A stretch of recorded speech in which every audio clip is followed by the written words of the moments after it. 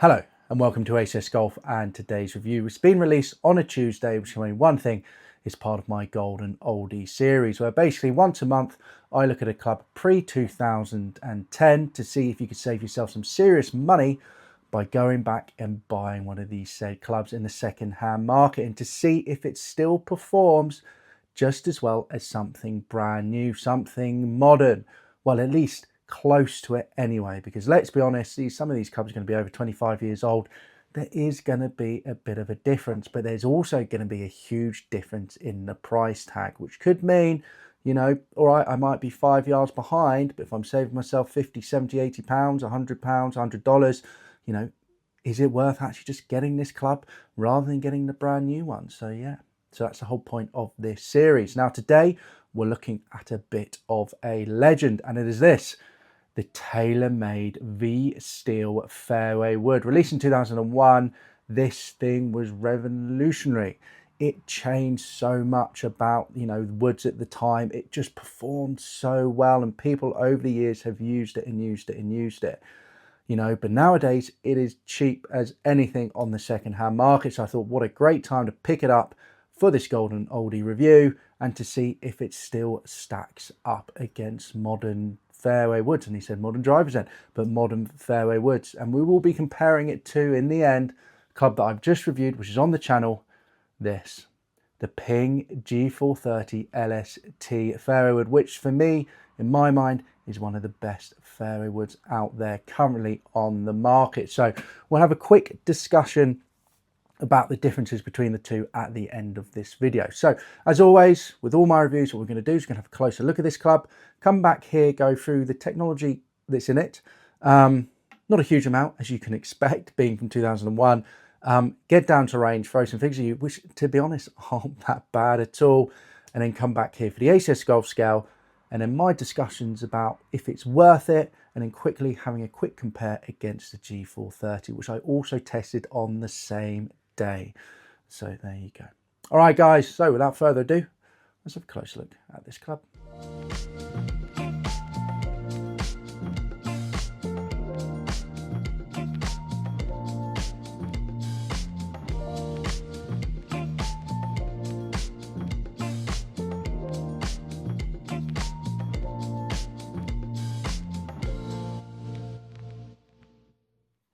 So there you go. Quite a classic looking club, isn't it, really, with that V on the bottom. But you can tell it is a club from 2001. There you go. Now, technology that's in this club, obviously there's not a huge amount of it, not compared to nowadays. I believe it's titanium, not 100% sure. Haven't been able to find that, but the majority of these clubs, you know, were titanium at the time. But the whole story about it was this, the V Steel. So this bit here, you can see there. And the idea of this is to have less of the club touching the turf, so less turf interaction, so therefore less friction, less power lost in the swing against that turf to get more power into that golf ball. So because less is touching, you're not losing that much power when you do interact with the turf, and therefore you can, well, basically that power therefore goes into the ball to hit it further. You know, TaylorMade have brought back the V Steel. They did it in the titanium sim a couple of years ago. Cobra have done similar things over the years. You know, you had Baffler where they sort of had two bars again to reduce turf interaction to help, you know, get that club head through the turf to get it to the ball as quickly as possible and without losing as little energy as possible as well. So really good little bit of technology there. Also, by having this V Steel there, you know, they've been able to change the center of gravity of the club, move a little bit off the majority of the club there because you do have that V there, which has helped to increase MOI a little bit for the time and also get that sort of medium to low trajectory. So it doesn't just balloon up in the air and overspin because, you know, a lot of these older clubs do spin quite a bit. So there you go. Also with the V Steel, I will say, you know, the whole point of that shape is as well, when you do interact with the turf, because you've got this sort of V shape, is to help straighten the club head up as well, to make sure that your shots come out straight and you're not missing it to the right or to the left. So yeah, not bad little bit of technology there at all. One thing to note as well is, as standard, this did come with a steel shaft, but you could get a graphite shaft in it, which I did. Well, I have anyway. where basically it cost you at the time £10 to get an upgraded shaft. Nowadays it costs you 100. Back then it was £10. But still, inflation, we are talking nearly 25 years ago now, so maybe it was £100 worth back then, but I don't think it was personally. But anyway, so yeah, £10 and you could get a graphite shaft, which is really good. And believe me, this graphite shaft is in insane condition. I feel like this, there's a little scratch there, but generally I feel like there's no bag rub. This person has barely used this club. It's insane. 2001, it's been barely used. Can't complain about that at all. Not for this review anyway. All right, so there you go. There's a quick insight of the technology that's in this club. Now let's get down to the range and throw some figures at you, and then come back here for the ACS Golf scale. All right, see you in a bit. Here I'm down at the range with the V Steel. Let's jump straight into those figures. So on average, I had a carry of 213 yards, total distance of 237 yards, ball speed 145 miles per hour, launch angle 11 degrees and height 63 feet, so really not bad at all. Longest on the day was actually really impressive, 235 yards carry, 248 yards total distance, ball speed 150 miles per hour, launch angle 12 and height 92 feet, while the shortest, which I feel really does tell a tale with this club, carry 169 yards, total distance 215 yards, ball speed 137 miles per hour, launch angle 13, height 36 feet. You know, it was fun to hit this, and out the middle you could get some good distance, but one thing I'll note is forgiveness isn't quite there. You can see by that low shot, and also it's dispersion wise, you know, it's a bit more right, it's a bit more left. You could maybe blame the older graphite shaft, but I think it's also, you know, the forgiveness, this is nothing compared to a brand new club. Face, you know, feel wise felt quite nice. Don't get me wrong, I could probably take on the golf course and do a reasonably good job of keeping it down the middle, but you know, you need to be aware of that forgiveness. It's just not quite there. And here's a table of those numbers, by the way. As mentioned, you know, longest is great. Out the middle, this thing does still go, but it just, the dispersion and the shortest there is a little bit of a worry. But hey, for the price this thing is, does that really matter? It gets you on a golf course, and if maybe one goes in the bush out of, say, 5, is that the end of the world? Well, I think that's definitely one thing for you guys to decide, and we'll discuss it a little bit more now back in the room. Well, not bad results at all. 213 yards on average carry, 237 yards total distance, ball speed 145 miles per hour, launch angle 11 and height 63 feet. So definitely does what it says. It's that sort of medium to low trajectory there. It doesn't pop the ball up in the air. You know, it is 15 degrees as normal with a 3-wood. Doesn't exactly pop it up. You know, a lot of these more modern day 3-woods have more weight at the back to help get that ball up in the air. This is more that sort of penetrating ball flight, which you can definitely tell with a lower, you know, doesn't have such a high sort of carry, but it definitely rolls out quite a bit there. And it doesn't have quite a peak height either of 63 feet. But yeah, really happy with that. Longest, which I absolutely nailed. 235 yards carry, 248 yards total distance, a ball speed 150 miles per hour, launch angle 12 degrees, height 92 feet. That is insane. From a club from 2001, me managing to get that sort of distance out of it, really impressed by that. Don't get me wrong, modern day clubs, yes, I can get that. At the moment, my current swing speed, which has definitely been increasing recently, and I will say as well, on the day, I was hitting my fairway woods purely, absolutely smashing it. So there you go. And we'll discuss this against the Ping in a second. Shortest on the day though, and this is definitely the downside of this. 169 yards carry, 215 yards total distance, ball speed 137 miles per hour, launch angle 13, height 36 feet. Just fell out of the sky. Not a great strike at all, but still really not that much protection there. And that's what I would expect from a club from 2021. Don't get me wrong, back in the day, this probably was really forgiving, but compared to all the modern technology and everything like that, forgiveness has definitely increased by the bucket loads. So do be aware of that, and that's a prime example of that. I will say as well, the sort of range of shots, they were definitely far more sort of spattering, you know, maybe go out right, maybe go a bit left, or etc., compared to sort of a more modern day fairway would be a bit more consistent as well. But that's also down to the shaft. You know, these are old graphite shafts. They're not going to be unloading as consistency as a newer shaft, but there you go. So, but overall, out the middle, struck well, really happy with it. I mean, quite a few sort of in that 240 categories, to be honest. So I was really pleased with that. So let's get into the ACS Golf scale now. So remember, we got 5 categories: distance, feel, looks, price, and forgiveness. 5 being the best, 1 being the worst. Now, let's get into distance. So distance for me, I've given it a 3 out of 5.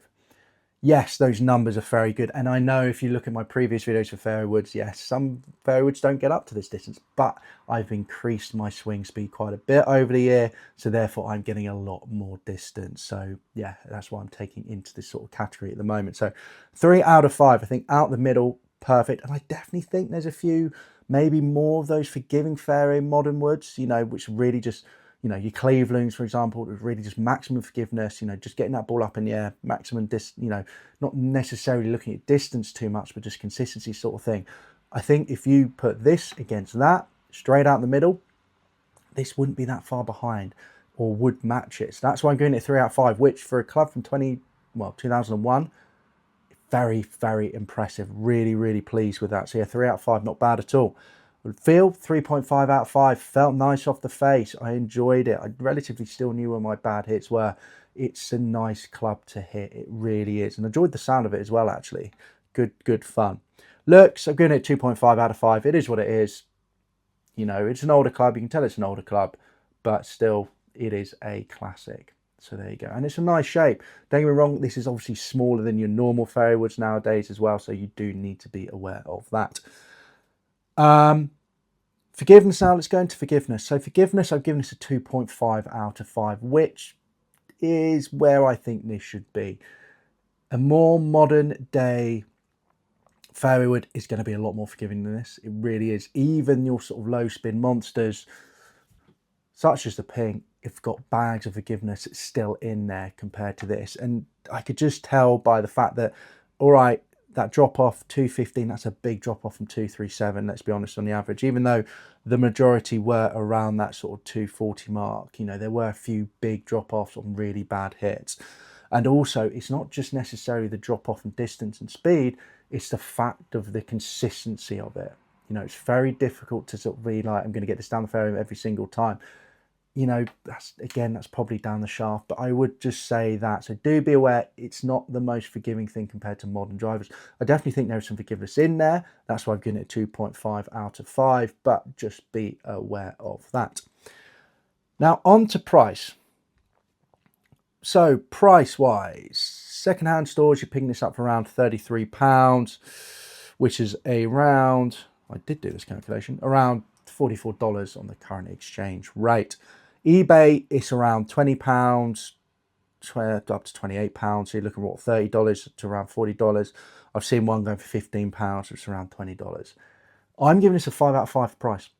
I really am giving this a 5 out of 5 for price because the distance is a 3 out of 5 and I hit some really good ones out there, like I mentioned. Yes, the forgiveness is a little bit down, but you know, if you just want to get out on the golf course, you just want to have some fun, spending 20 quid, $30 on this is an absolute bargain. It will get you out there. It'll get you good distance out the middle, maybe even to match your friends. You know, all right, the forgiveness, you might lose a little bit, but he's getting on a golf course at a really, really cheap price. So I'm giving it a 5 out of 5, but I will mention the fact, and do take this, even though I'm giving this a 5 out of 5, you can get Adams fairway woods for around £40–50, so what's that, like $70-ish, which 2014, 2013, that are still extremely good. So maybe, even though I give this 5 out of 5, I would probably, if someone said to me, I'd go, say, you know, pay an extra 20 quid, pay an extra $20, go and get an Adams one, because they were really awesome. You know, the 2012, 2013, 2014 ones before they got taken over by TaylorMade. So even though really good, do be aware of that. And I'm still going to give it a 5 out of 5 because of the price and because of the, well, just because of those numbers. But if I had an option, I would personally go and spend a little bit more and go and get an Adams fairway wood if you're looking for sort of really budget stuff, because they're seriously impressive. So there you go. And I'll also say quickly as well, don't get the steel, get the graphite. Try and find the graphite. I just think with the steel, you're going to lose a little bit more distance as well. The graphite definitely helps make this thing a little bit more of a bomber. So yeah, get the graphite. If you're getting the steel, again, just go for an Adams. But if you want to, and you want to save yourself 20 quid, which could be, you know, go for some golf balls or something like that, then yeah, go for it. Yeah, because I still think for the For the numbers there and for the price, it is definitely a 5 out of 5, even though I would still go for an Adams. So there you go. All right, now let's quickly compare this to the Ping, because even though the numbers are good, I do want you to be aware it's not going to necessarily beat, well, it's definitely not going to beat one of the longest fairway woods out there at the moment. It's just not. Size-wise, the Ping is bigger. You can see they put the weight more at the back. Face-wise, pretty much the same, to be honest. But let's go through the numbers here. So this is a 5 out of 5 in the category, by the way. This is a 3 out of 5, mainly because of that longest one there, which was a solid 248. I actually got 248 a few times. So here we go. On average, 216 carry, 226 carry. On average, 237 carry, 246 carry.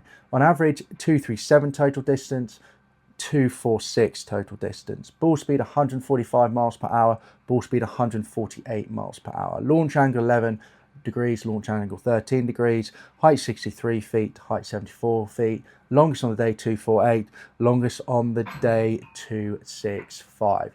So do be aware, you know, yes, this is a 3 out of 5, and I think if I put this up against sort of a Cleveland or something like that, I think it'd definitely match it. But compared to the longest out there, it does not match at all.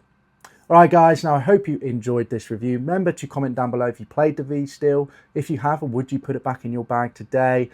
Also remember to give this video a like and do subscribe to the channel for weekly ACS Golf reviews such as this, and once a month such as this. All right, guys, see you soon for the next ACS Golf video. See you then. Bye-bye.